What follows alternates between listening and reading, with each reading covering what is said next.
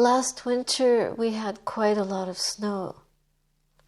In April we were still navigating from building to building through narrow pathways that were dug into snow several feet high.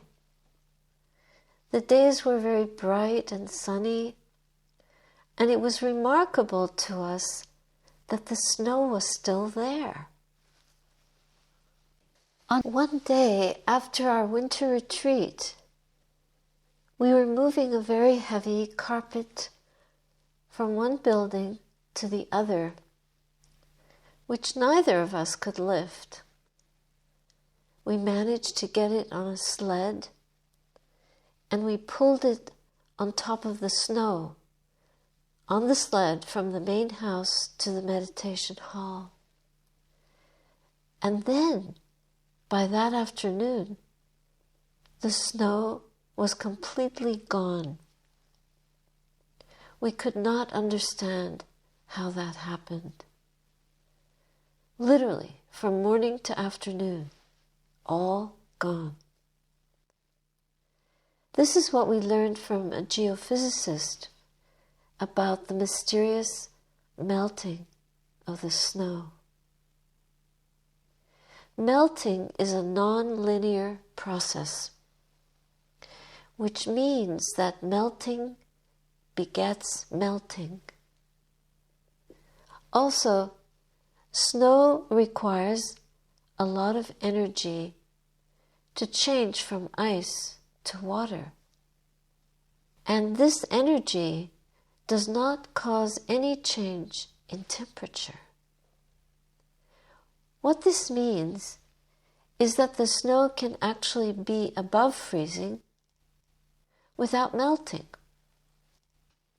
If all the snow gets really warm over a few days when it's nice out, then it can melt all at once, really fast. As the melted snow starts to run through the unmelted snow, it helps to speed up the process. Then, when the ground appears, it absorbs much more sunlight, and the melting really speeds up. The melting of the snow has probably been happening for weeks, but we don't see it. It's unseen.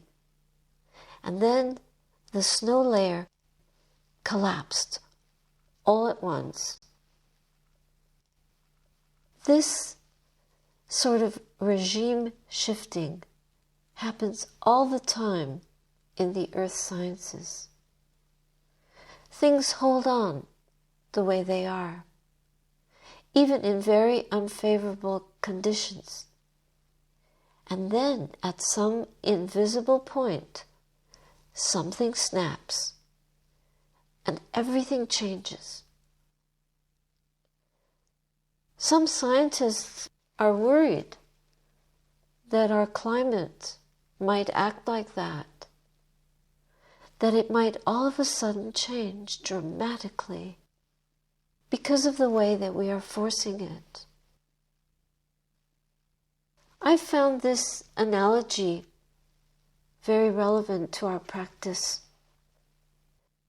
The first parallel that stands out is melting is a non-linear process.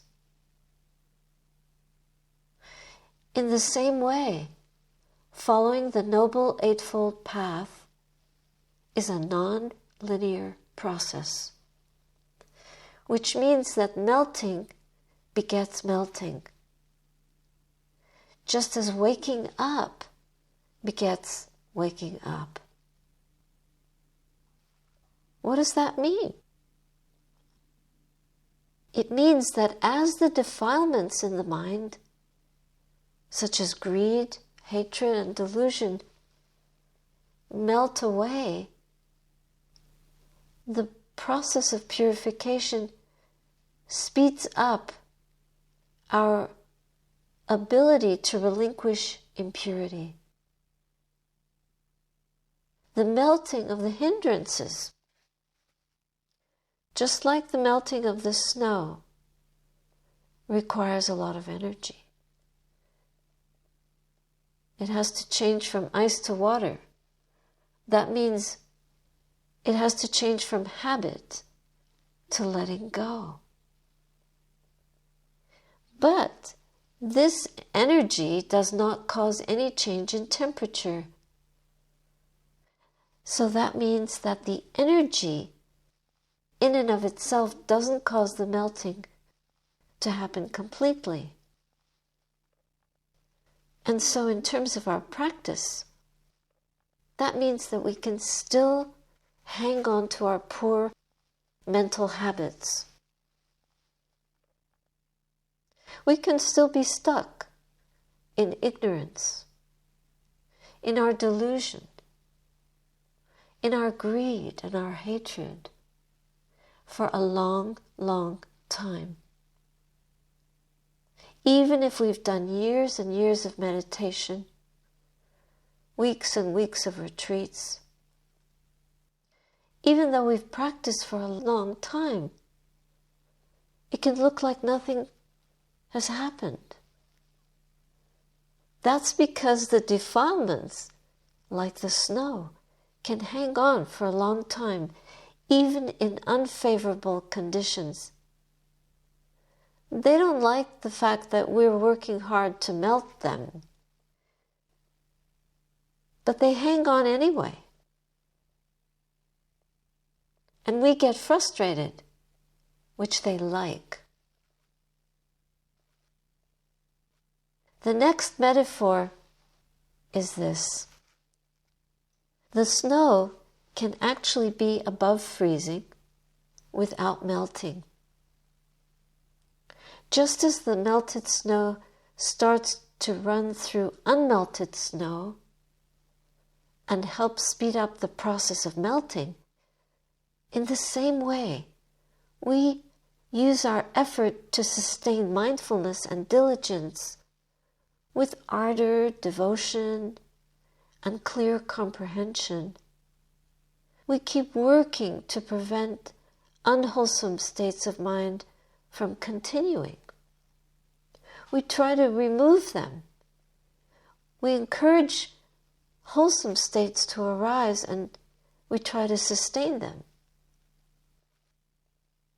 If we continue that process and give it continuous effort, then when even a little bit of the ground of awakening starts to appear, it has a profound effect on this process. Just like the sun-warmed ground that appears beneath the snow melt and shifts and speeds up the process dramatically. Still the defilements can hang on. But from underneath, within us, there is an invisible letting go of those impurities in the mind that we might not even notice. So we think that nothing is happening, but there is a subtle process going on. Just like when you have a shirt that's badly stained and you bleach it or you soak it, it'll get really clean. But a few stains will show themselves, and we notice those stains more than anything.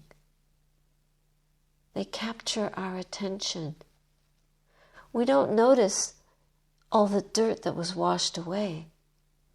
We only notice what's left. It's the same with this process of letting go the defilements. We've worked so hard.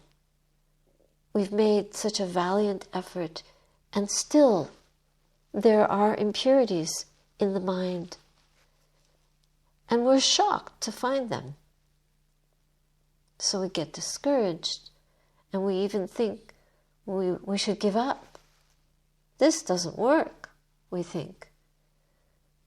We forget. We don't remember how much we've already managed to clear, to cleanse, to purify, to settle, and how much we've been able to see and understand. The melting has probably been happening for weeks, unseen. But the impurities have been melting and melting for months, for years even, or longer. We may even have been doing this for lifetimes. And then suddenly this layer of encrustation collapses. When the conditions are right and we reach a certain threshold, it falls away. The impurity dissolves. A door opens. An understanding blossoms. There's a sudden, real, penetrating insight, a sense of realization. Something deep has been abandoned. But we have more work to do. So the impurities, like the snow, holds on even in unfavorable conditions. With the defilements, our ethical behavior, our sila, our samadhi, our panya, they are most unfavorable to the defilements. But for waking up, for awakening, for enlightenment, these conditions are very favorable. So we practice sila, samadhi, panya. And we have to remember to be patient, not to have expectations. And then one day, we will find ourselves understanding suffering, dukkha. We will know its origin, we observe it, we watch it end, we see it cease. And in this way we're enabling the Eightfold Noble Path to rise up in front of us. The process itself may be non-linear, but we are relentless in our commitment to the path. Right view, right intention, right speech, right action, right livelihood. How are we spending our time? How do we make our living? Are we doing the practice or are we just sitting?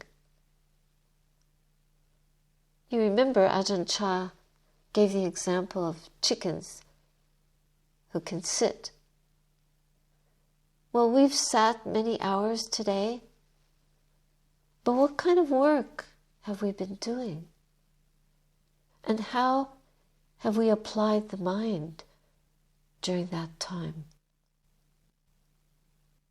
The highest expression of our human nature is to purify the mind, to clear away the clouds, the sheets of snow, the ice that we're encased in. We are frozen in fear, in anger, in our opinions, in our judgments of ourselves and of each other. We are locked in.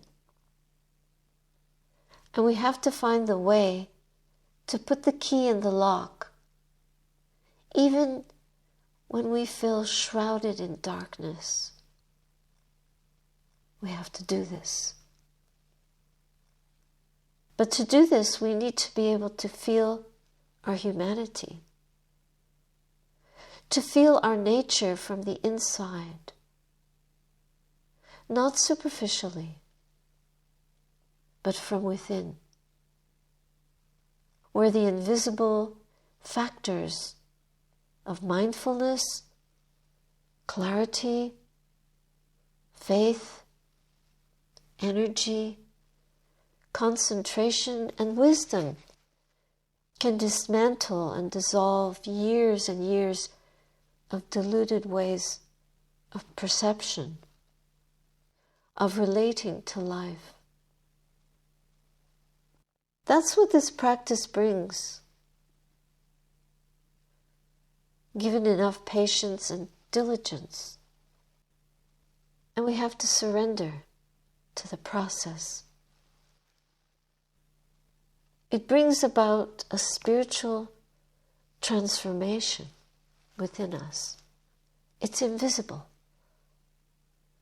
We don't know it right away, but after years, we begin to see. We see the changes in each other.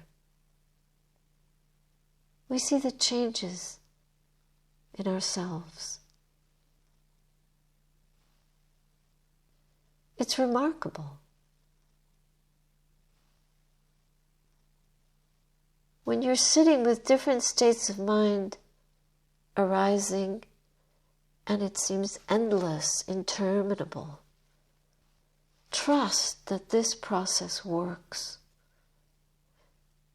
In some ways visibly, in other ways invisibly, like the invisible melting of the snow beneath the crust of ice. It does work if we keep putting in the causes and conditions for mindfulness to arise, for diligence to develop, for contentment and gratitude to be there in the heart, for generosity to be expressed, for concentration to mature, for wisdom to manifest. The results will take care of themselves. They know exactly when it's time. Trusting in the practice is key. We need to trust, to persevere with determination. And that involves giving up. Nekkhamma, renunciation, is giving up. Not just shaving your head and wearing robes. That's not the real giving up. That's just on the surface. As a friend of mine once said, you have to shave your heart. We shave our heads once a week, but the hair grows right back. So we keep on doing it. It's a constant giving up. Giving up the pleasures of the senses. We want another hit, another dessert, another experience, another kind of retreat. The mind is judging, evaluating, wanting, regretting, being angry, grieving. All of it.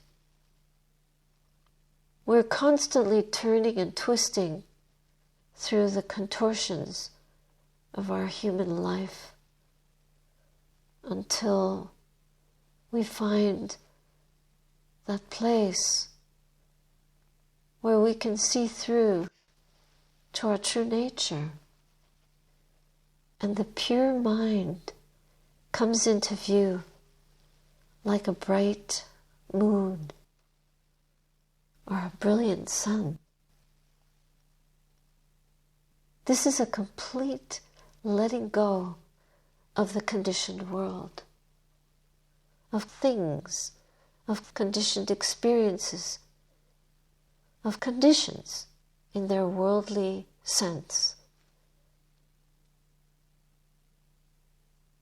and giving ourselves to that which is unconditioned. We give ourselves to it until it rises up inside us, within us.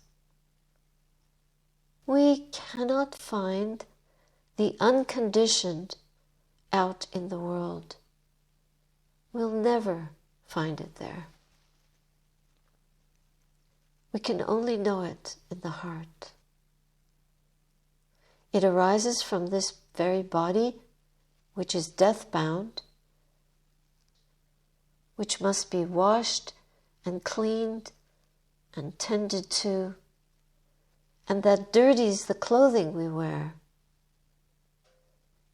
Out of this dirt-producing, odor-producing body can come an awakened mind, transcendent beauty of mind. So we use this body. We respect it and honor it. Why? For the purpose of spiritual awakening. Not as a pleasure-producing entity.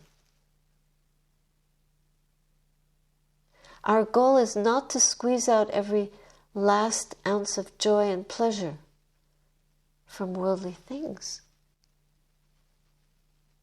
but to finally arrive at that farther shore that we've been striving for. This is the meaning of the human journey for those of us who are willing to trust and stick to the practice. When we allow the mind to get overexcited, overheated about things, the past or the future, we're deepening the groove of our mental bondage. To allow anger to abide in the mind, to allow unwholesome states to pervade the mind,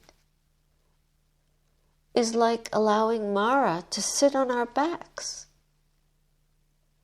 That will not help collapse the kilesas, the impurities of the heart.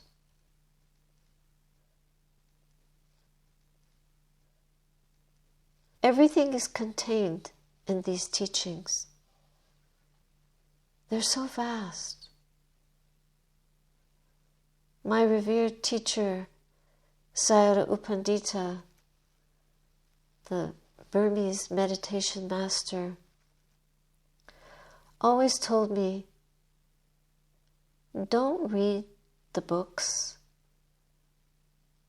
First, read your heart. If we study our own hearts,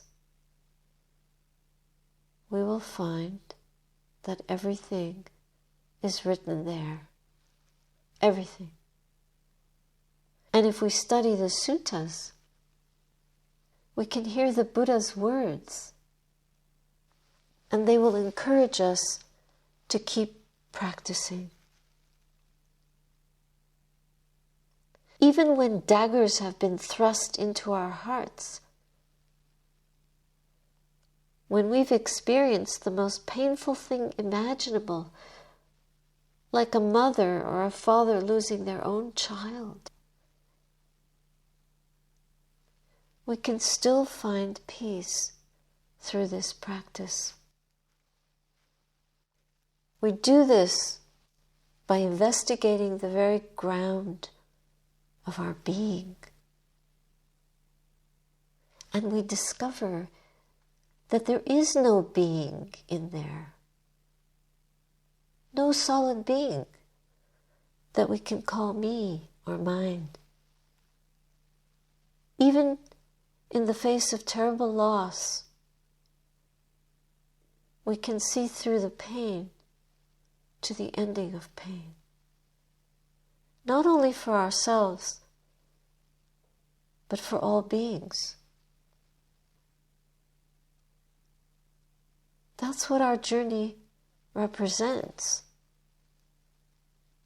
It represents the possibility of going to the highest Everest of the spiritual realm.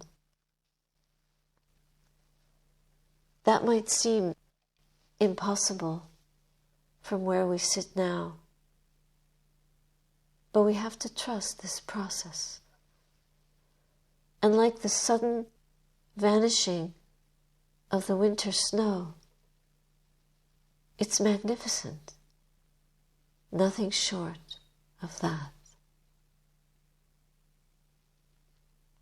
So I offer you these reflections for tonight.